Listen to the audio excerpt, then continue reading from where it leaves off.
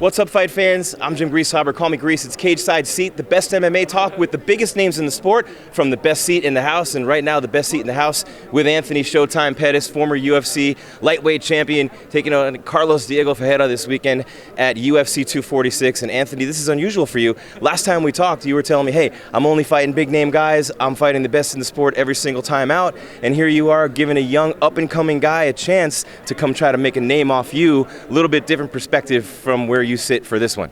Yeah, I mean, he's not younger. He's not young. He's 34. He's me 35 on our fight night. You know, so it's gonna be his birthday. So he's not younger than me by any means. Young in the game. But young in the game for sure. It's cool to see a guy get an opportunity, man. I had an opportunity to fight at 170. They gave me some names. Nothing I wanted, you know. So it was like all up and comers, literally. I had a bunch of up and comers. When it came to him, it was like, hey, 5 wins. I want to stay active in lightweight because I know I can make the weight. I gave myself a year off from cutting down to 155. And I feel amazing, man. And dude's a game opponent. You know, it's crazy because I didn't need a name to motivate me for this one. It was all self-motivated. Like, I did all my own training camp. I cooked all my own meals. This week I made my own meals for the first time ever in my career. Man. So I just feel like I'm maturing in the game. Yeah, definitely maturing, and it's weird to hear you say that because you've been mature from the day you got here, and obviously you've been a champion and you've been fighting big fights for a super long time. I mean, you've been at the top of the sport. At the top of the sport for a long time, and I just want to get your perspective when you were in his shoes and when you were up and coming and when you were trying to make that name and get to the level where you are now, where very few people reach. Yeah, man. I remember just the motivation and the hunger. You know, I know he's coming hungry. He's nervous. I know that. He has the nerves. He's never been on a stage like this, fighting on a Conor McGregor card. A lot at stake for him, but I'm sure he's coming hard, and I'm expecting that. You know, I'm expecting the best version of him. I wouldn't expect nothing else. You know, guys fight me, they get a title shot. You know, so he knows that. So, first time back at lightweight for a whole year almost, year and a half. Tony Ferguson, my last lightweight fight. So I feel good, man. I'm only 5 pounds overweight. I did everything right, all on my own. What are the differences with you doing everything on your own? I mean, obviously you're in control of everything yourself, but it's a lot more responsibility for someone who's already busy and everyday training and all those things. So what are the biggest differences with you doing everything for yourself this time? Yeah, I cleared my plate, man. I got some business partners that took over. I actually partnered with Duke on all my gyms. So me and Duke are 100% business partners on all my stuff. Before I was running all my own shit.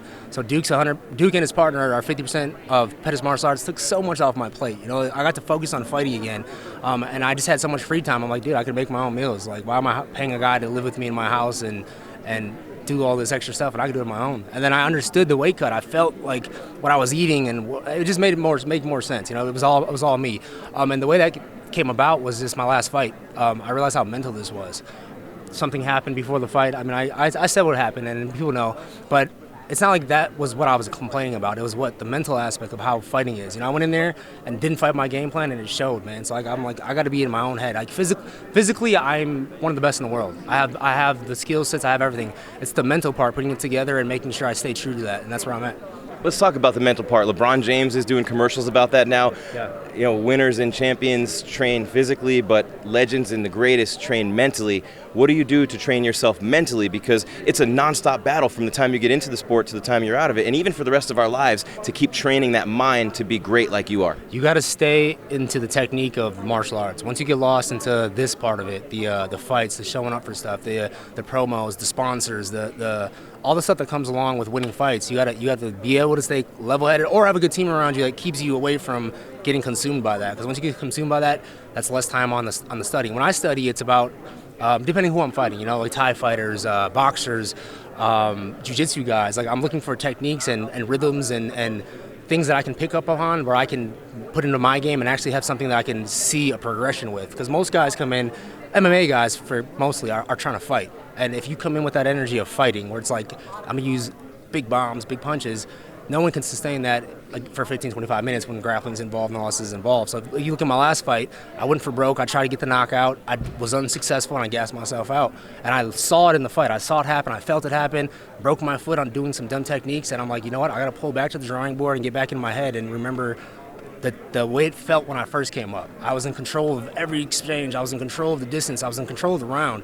And I'm getting back to that. Actually keeping track of my progression of winning rounds.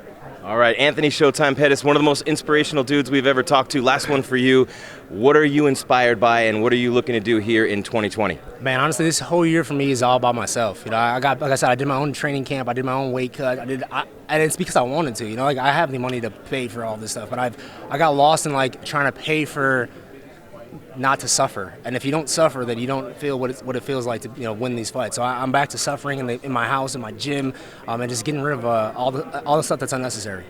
All right, Cage Side Seat live from UFC 246 with Anthony Showtime Pettis, former champ, always a champ in my book. Good to see you again, my man, and he's going to get back in the octagon, do what he does best this weekend. Cage Side Seat, the best MMA talk with the biggest names in the sport from the best seat in the house.